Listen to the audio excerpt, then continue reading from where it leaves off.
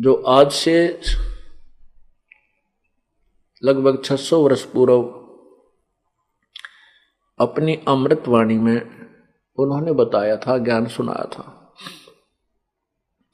और यही आज हमारे सदग्रंथों में विद्यमान है। परमात्मा ने क्या बताया है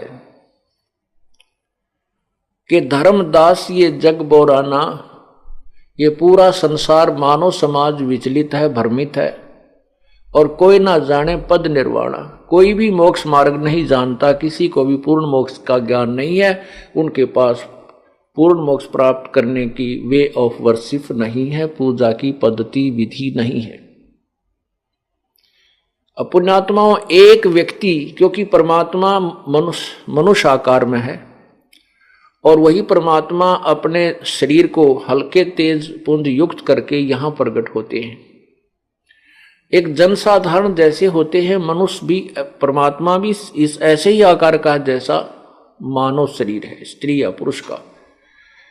जिन्होंने परमात्मा को देखा है, जैसे आदरणीय गरीबदास साहिब जी ने कहा है कि हमरे ही हुनियार है, हमारा सृजनहार है।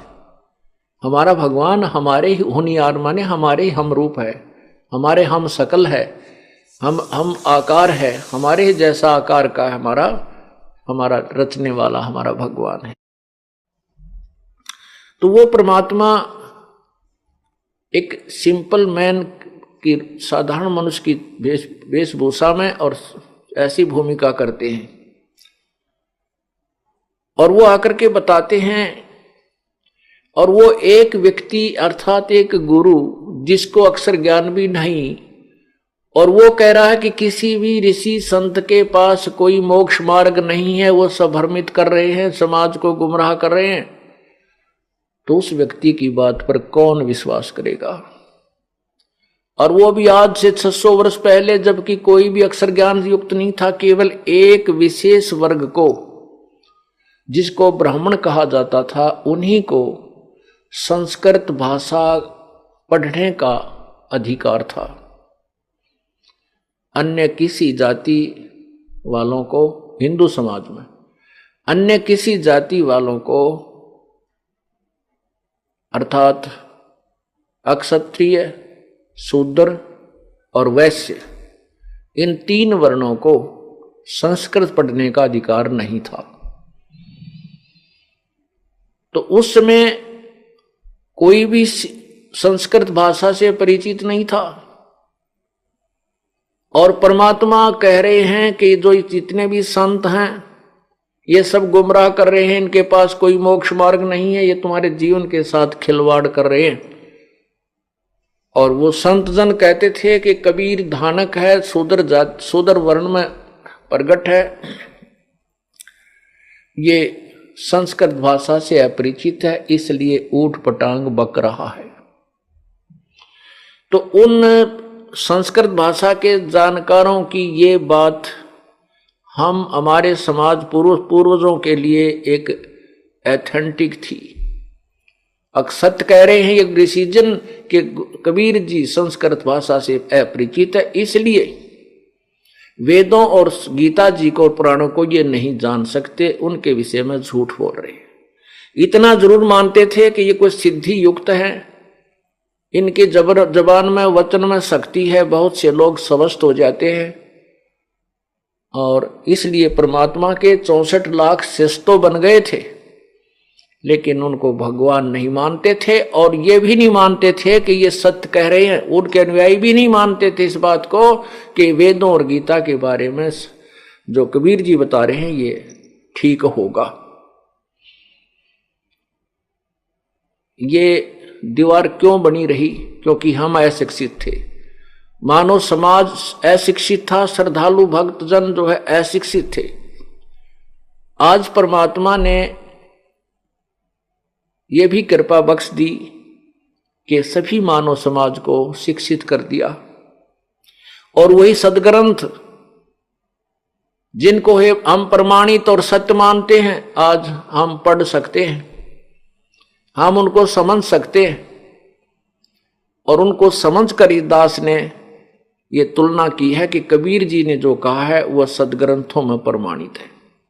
उसके विपरीत जितने भी संत पंथ अब तक चल चुके हैं उनकी पुस्तक दास के पास विद्यमान है, सुरक्षित है, कंप्यूटराइज कर दी है, उनकी सीडी बना बना करके हमने जन साधारण में पेश कर दी है कि ये ऐसा, ये पंथ वाले ये क्रिया बताते हैं, इस पंथ वाले ये क्रिया बताते हैं, ये ऋषि ये महर्षि ये बोल रहा है और अपने सदग्रंथ ये बोल रहे हैं, और कबीर जी जो बोल रहे हैं वही सदग्रंथ बोल रहे हैं। परमात्मा ने 600 वर्ष पूर्व कहा था, वेद हमारा वेद है, मैं मिलो वेदन से नाही, जौन वेद से मैं मिलो वो वेद जानते नहीं। ये वेद जो हैं अर्थात चारों वेद, ये मेरे ही विषय में जानकारी दे रहे हैं, लेकिन इन वेदों में वर्णित विधि से मुझे मेरी प्राप्ति नहीं हो सकती, और जिस वेद से अर्थात जिस तत्व ज्ञान से मैं मिलूं वो वेद जानते नहीं, अर्थात इन वेदों में वर्णित नहीं है वो विधि, वो ज्ञान इन वेदों में कंप्लीट नहीं है।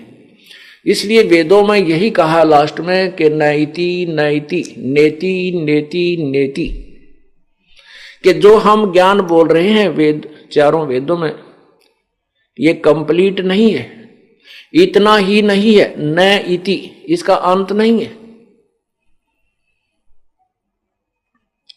और जो सवसम ज्ञान सवसम वेद परमात्मा ने जो कबीर वाणी कबीर सागर में और कबीर शब्दावली के माध्यम से कबीर बीजक के माध्यम से जो ज्ञान प्रचार किया है वो कंप्लीट स्पिरिचुअल नॉलेज है, वो पूर्ण आध्यात्मिक ज्ञान है। और आज हम उन्हीं इस परमात्मा के द्वारा 600 वर्ष पहले कहे गए वो अमृत वचनों को आज वेदों और गीता में प्रमाणित करते हैं, सत्य मिल रहे हैं। तो यहां क्या बता रहे हैं कि धर्मदास ये जग बोरा ना, कोई न जाना पद निर्वाणा, कोई नहीं जानता मोक्ष मार्ग को। आज ये दास कह रहा है, जैसे प्रारंभ में और वैसे भी जैसे दास सब सर्विस करता था वहां प्रचार जब इस ज्ञान से परिचित हुआ, फिर दूसरे अपने साथियों से या औरों को भी कोई मिलता रिश्तेदार उनसे कहता कि किसी के पास भी मोक्ष मार्ग नहीं है, किसी भी संत पंथ जो आज बोलबाला है जिनके करोड़ों शिष्य है उनके पास भक्ति मार्ग यथार्थ नहीं है, वो गुमराह करे। तो मेरे इस दास के द्वारा बताए गए भगवान वाले ज्ञान को, कबीर परमात्मा द्वारा बताए गए ज्ञान को जो दास प्रचार करता था, ये तो मान लेते थे कि आप कह तो सत्य रहे हो, लेकिन ये बात आपकी बिल्कुल व्यर्थ लगती है कि किसी भी संत के पास मोक्ष मार्ग नहीं है वर्तमान में। उनके इतने शिष्य जो हैं वो क्या मूर्ख हैं? वहाँ IAS अफसर हैं, वहाँ पर मजिस्ट्रेट भी जज भी जाते हैं, वो सब शिष्य हैं उनके। क्या वो सब मूर्ख हैं? नहीं। मैं उनसे ये भी कहता था कि वो मूर्ख नहीं है, वो केवल एक अक्षर ज्ञान से परिचित हैं और अपने पूर्व कर्मों के पूर्व पुण्यों के कारण वो आज किसी उच्च पद को प्राप्त है, लेकिन वो भक्ति मार्ग में बिल्कुल जीरो हैं। आध्यात्मिक ज्ञान से वो अपरिचित हैं, -0 हैं। वो चाहे IAS है, चाहे IPS है, चाहे CM है, चाहे PM है। वो एक अबोध बालक है। अबोध बालक को जो गुरु पद पर बैठा है वो किसी प्रकार भी बहका दे उसको मानना पड़ता है, वो सत्य कहे चाहे असत्य कहे।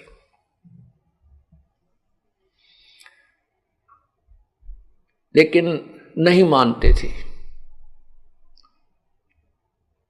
और उनको कहता कि मैं आपको गीता दिखा देता हूं, मैं आपको वेद दिखा देता हूं, तो वो कहते थे आपने ना संस्कृत पढ़ा है, आप क्या जानते हो वेदों के बारे में, हम नहीं देखना चाहते। अब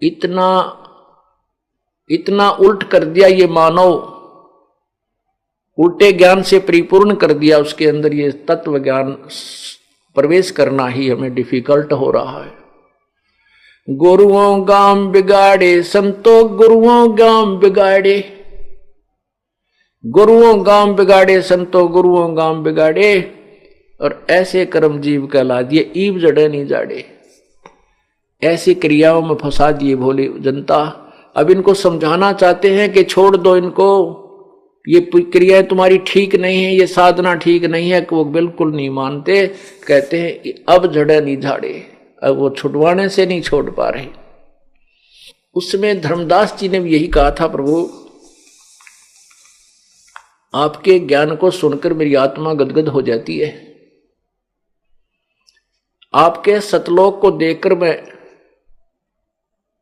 परिचित हो चुका हूं कि आप ही प्रभु हैं, आप ही परमेश्वर हैं, आप ही यहां लीला करने आए हुए हैं, आप ही हमें इस काल के जाल से छुड़ाने के लिए यथार्थ ज्ञान बता रहे हो। लेकिन परमात्मा ये संसार तो नहीं मानेगा। तो क्या कहते हैं परमात्मा,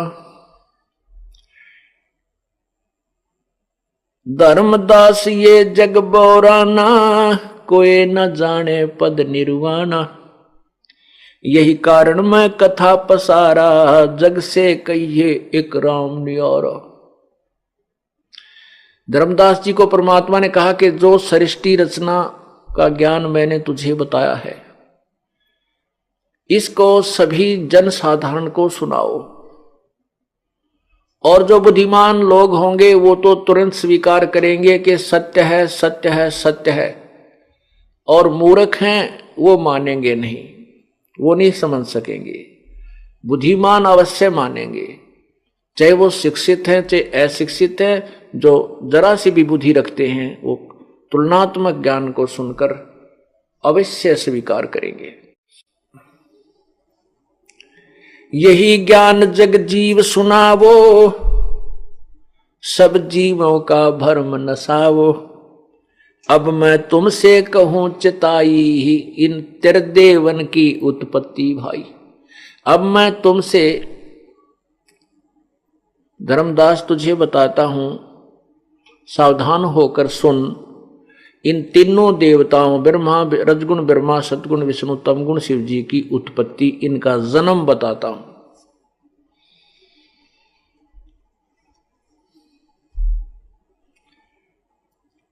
कुछ संक्षेप कहूं गहुराई, सब संशय तुमरे मिट जाई। कुछ संक्षेप में बता दूंगा, वैसे तो बहुत लंबी चौड़ी है ये कथा, लेकिन मैं कुछ संक्षेप में तुम्हें बताता हूं और तेरे सभी संशय नष्ट हो जाएंगे। भरम गए जग वेद पुराना, आदि राम का भेद न जान्या। राम राम सब जगत बखाने, आदि राम कोई बिरलाए जाने। अब हम सभी राम राम तो करते हैं, कोई रब्बा रब्बा करता है, कोई अल्लाह अल्लाह करता है, कोई खुदा खुदा करता है, कोई गॉड गॉड करता है। परंतु वो गॉड कौन है, गॉड की डेफिनेशन भी पूर्ण रूप से नहीं बताई गई अपने को। परमात्मा की, राम की परिभाषा से भी हम परिचित नहीं हैं। राम राम तो सभी कहते हैं, भगवान भगवान सभी कहते हैं, लेकिन आदि राम कोई बिरला जाने।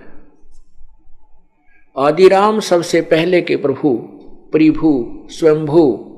यजुर्वेद अध्याय नंबर 40 के मंत्र नंबर 8 में कबीर मनीषी, ओहो, शुक्रम अकायम ऐसनाविरम, परिभू स्वयंभू व्यवधाता।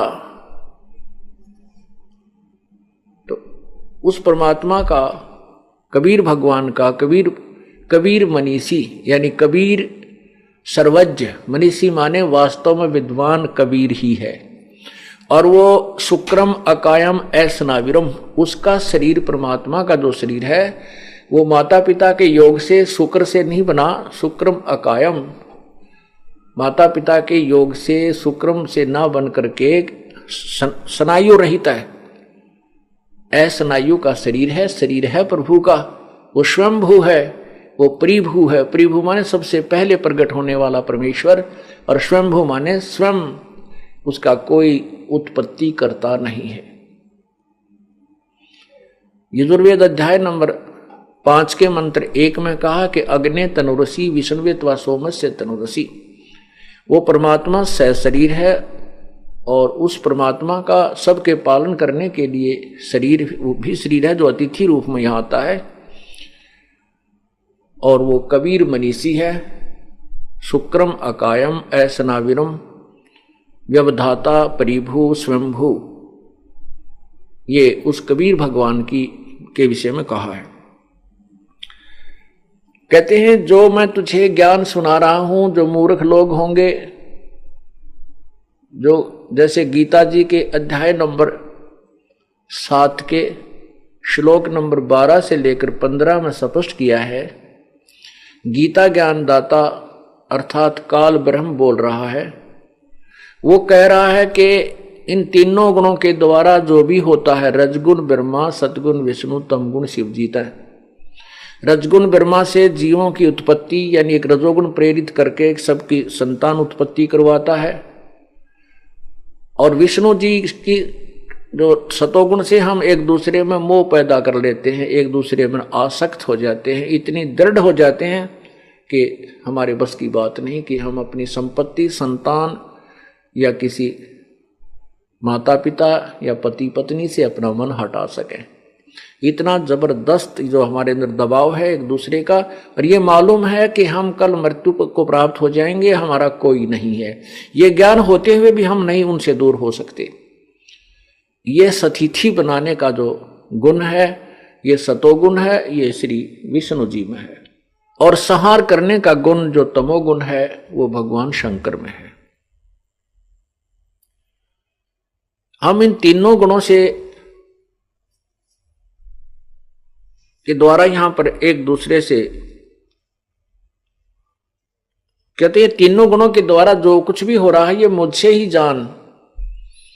रजगुण ब्रह्मा से उत्पत्ति, सतगुण विष्णु जी से सतिथि और तमगुण शंकर जी से संहार, ये जो कुछ भी हो रहा है ये मेरे से ही जान। काल भगवान कह रहा है कि जो भी ये क्रिया तीनों कर रहे हैं ये मैं ही उसका मुख्य कारण हूं। कारण क्या है कि इस काल भगवान को श्राप लगा है, साप लगा है।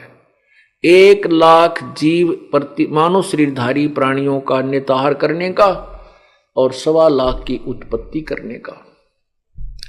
इसको श्राप समझो या इसको ये कोड लग गया जो इसने सतलोक में यह गलती की थी कि दुर्गा के साथ वहां इसने बदतमीजी की थी, दुर्व्यवहार करने का की चेष्टा, किसी दुष्कर्म करने का प्रयत्न किया था। जिस ऐसे कर्म वहां करने वाले को ये रोग लग जाता है। तो ये कहता है कि इसने फिर अपने खाने के लिए 3 पुत्र उत्पन्न किए दुर्गा के संयोग में, पति पत्नी व्यवहार से। तो उसमें एक को रजोगुण प्रभावित कर दिया, रजोगुण से युक्त कर दिया। काल भगवान ने एक ब्रह्मांड के अपने एक ब्रह्मांड के सर्वोच्च स्थल पर, सर्वोच्च शिखर में एक ऐसा स्थान बना रखा है जिसको ये काशी नाम धरते हैं। काशी, काशी माने जो कभी नष्ट नहीं होती, उस नगरी को काशी कहते हैं। तो ब्रह्मलोक के ऊपरले हिस्से में इसने 3 स्थान बना रखे, एक रजोगुण युक्त प्रभावित, दूसरा सतोगुण प्रभावित और तीसरा तमोगुण प्रभावित। दुर्गा और ये काल ब्रह्म जिसमें ये रजोगुण प्रभावित क्षेत्र में होते हैं, उसमें इन दोनों का के वहां रहने से और विलास करने से जो पुत्र उत्पन्न होता है वो ऑटोमेटिकली सबतः रजोगुण से युक्त हो जाता है। उसके अंदर ऐसे गुण भर अपने आप हो जाते हैं। और जब ये दोनों सतोगुण प्रभावित क्षेत्र में होते हैं और वहां इनके संयोग से जो क्रिया से जो दोनों पुत्र उत्पन्न होता है वो अपने आप सतोगुण युक्त हो जाता है। और तीसरे स्थान पर ये तमोगुण प्रभावित क्षेत्र पर जाते हैं और वहां इनसे जो पुत्र उत्पन्न होता है उसको ये वो तमोगुण युक्त हो जाता है, उसमें तमोगुण ज्यादा हो जाता है शब्द है। तो फिर इन तीनों को ये बेहोश कर देते हैं, कोमा में रखते हैं।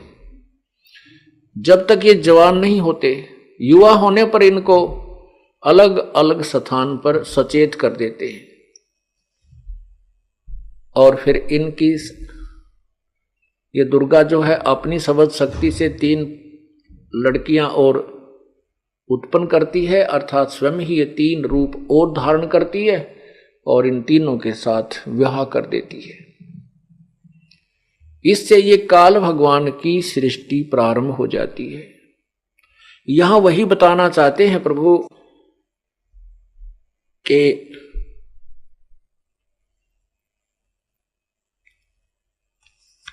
आप ये ज्योति निरंजन जो काल भगवान है वो गीता जी के अध्याय नंबर 7 श्लोक 12 से 15 में क्या बता रहा है